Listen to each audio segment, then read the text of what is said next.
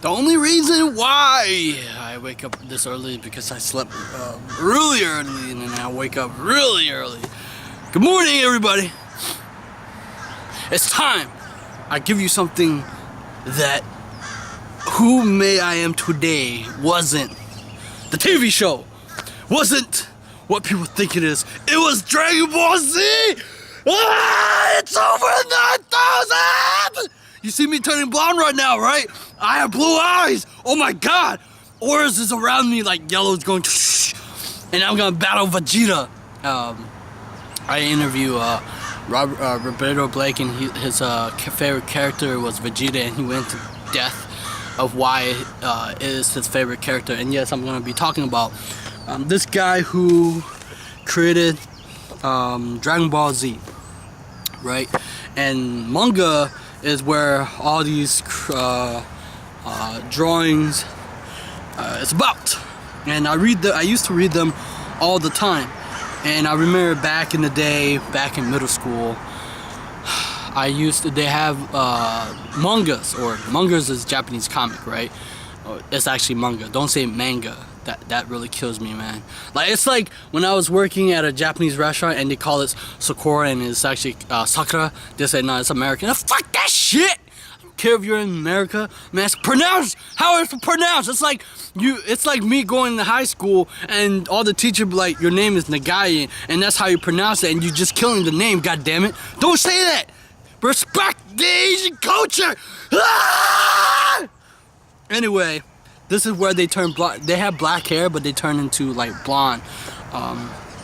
Anyway, I used to have a lot of collection of DVDs back in the day of the Dragon Ball Z stuff, where it's about a alien race saint, right? Though I'm not really big on the whole good detail shit, right? Let's just say it's about a alien race who get really power up when they fight, and but they get so powerful that like when the opponent is really powerful and they're about to lose and their blood is boiling up and they get more powerful. But I haven't dived into that for a long time. And Akira Toriyama just recently, he made Battle of the Gods. But I think that the people who created the Dragon Ball Evolution, we all can agree it's a flop and it's disgusting and should never existed. I don't even know why they create. If they wanted to create something so cool, so epic, and yet they make it into like fucking gay as shit. Like, if you actually saw the movie, you would be disappointed. Like, they made Shenron look like shit. Like, what the fuck is that? Like, and yo, why did you fucking make that shit?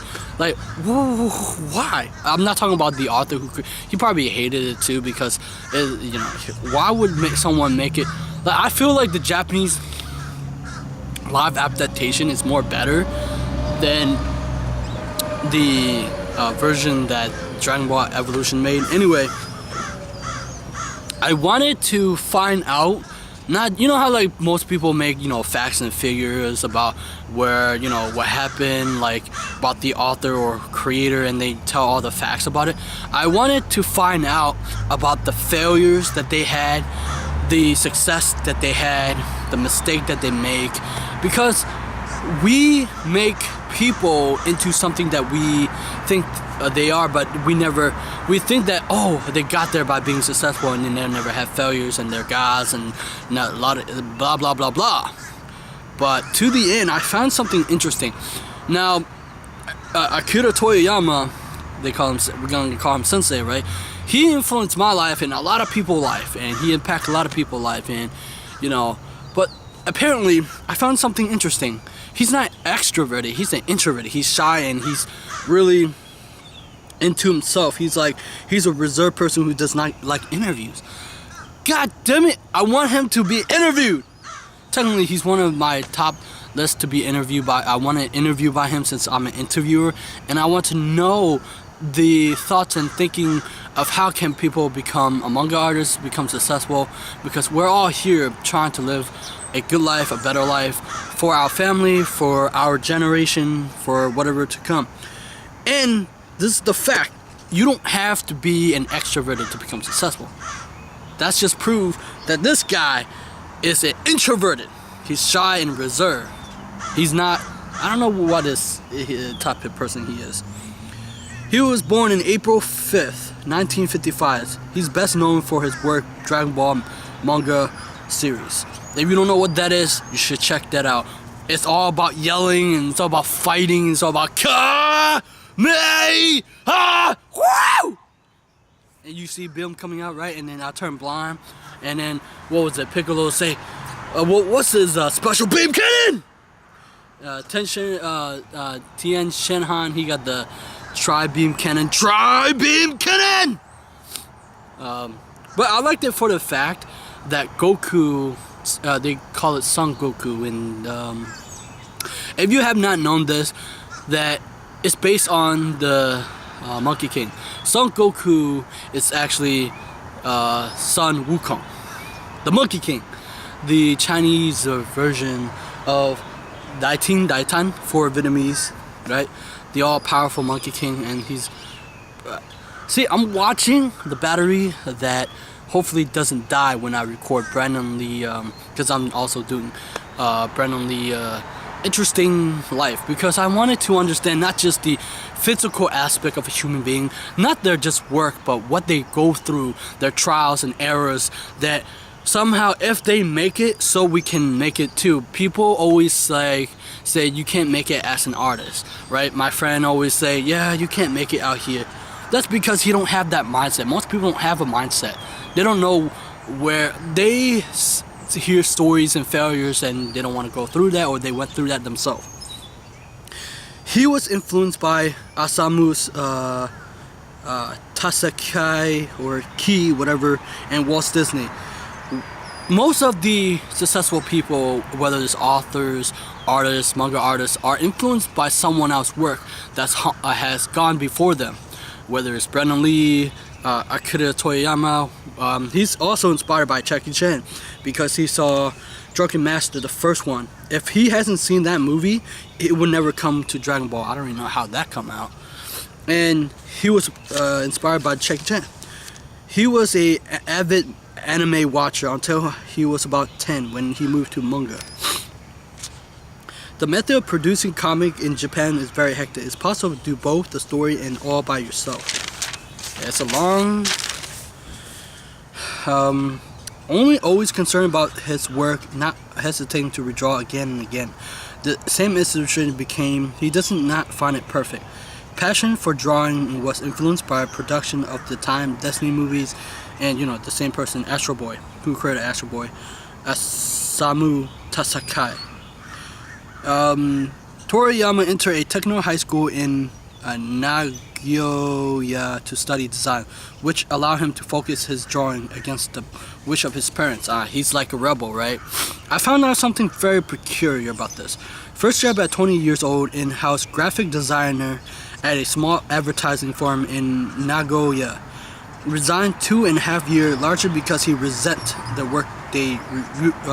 He sounds like a fucking entrepreneur, doesn't he? He sounds like he hated what... It sounds like he's a rebel.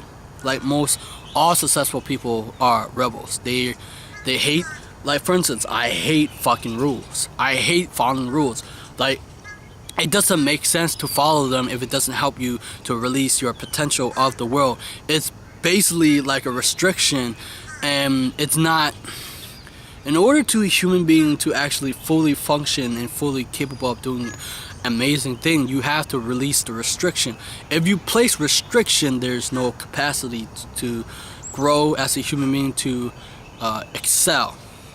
Seeking employment, he discovered the monthly Shonen Jump and Award, a contest sponsored by Shivasha.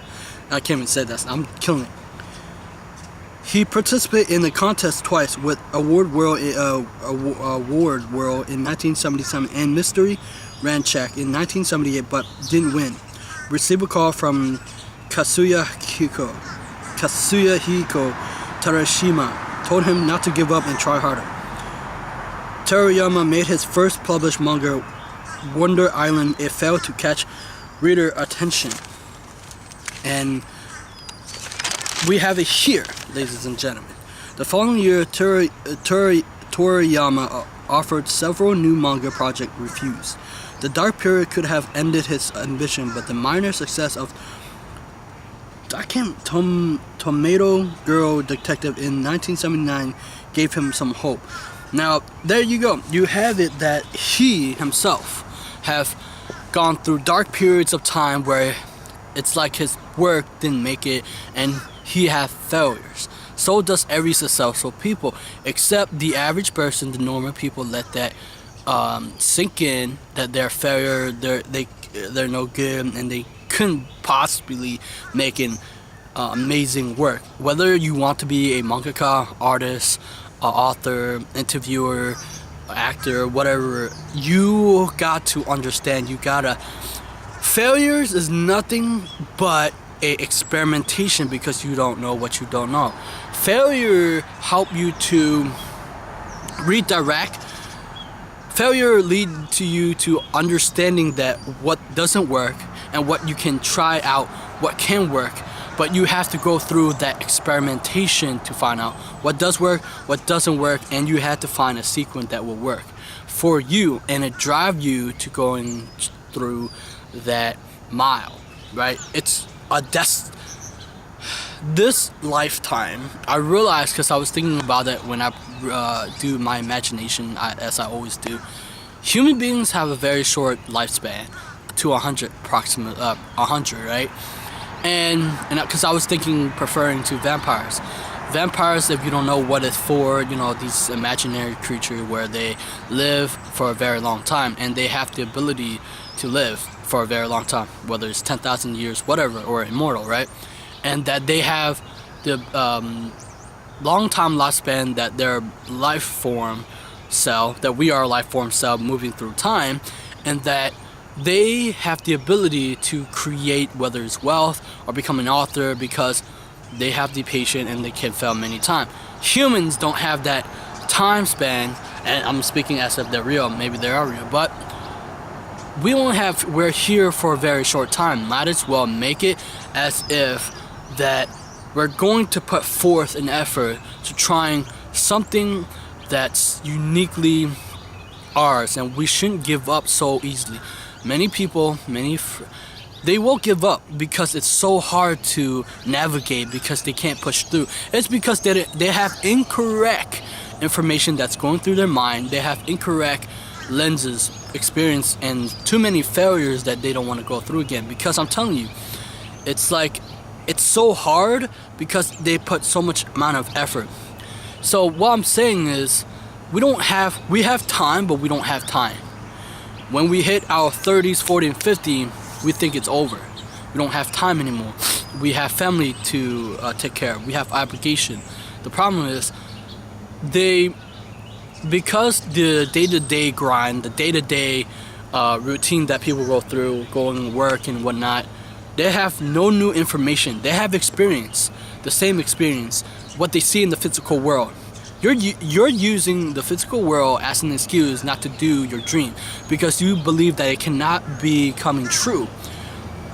The successful people don't let the outside world, the physical world, stop them from achieving their dream, because they use their imagination to navigate what they don't have achieved yet, and so they go out there and achieve, because it's uncertainty. It's very scary, because the physical world, it's like a reaction. Whatever you do, it's a reaction from people. You can see it's I start to notice the texting and reality is very different from what we're used to. And now I can't make a second video. God damn it, what's with the battery, man? And anyway, that's all I get. Subscribe to my channel, because I'll be doing book reviews and biography, but biography, trying to see and pattern about successful people, how they achieve and with failures and whatnot, because I wanted to understand they're just like us as a human being, right? There's no difference between them and you and I. They just gone and done it and believe that they're going to do it, and they believe with passion they're going towards. Subscribe right now, hit that fucking subscribe button, because it's Kamehameha time. It's time to turn blonde. Woo! Ah! Bye. I'll see you.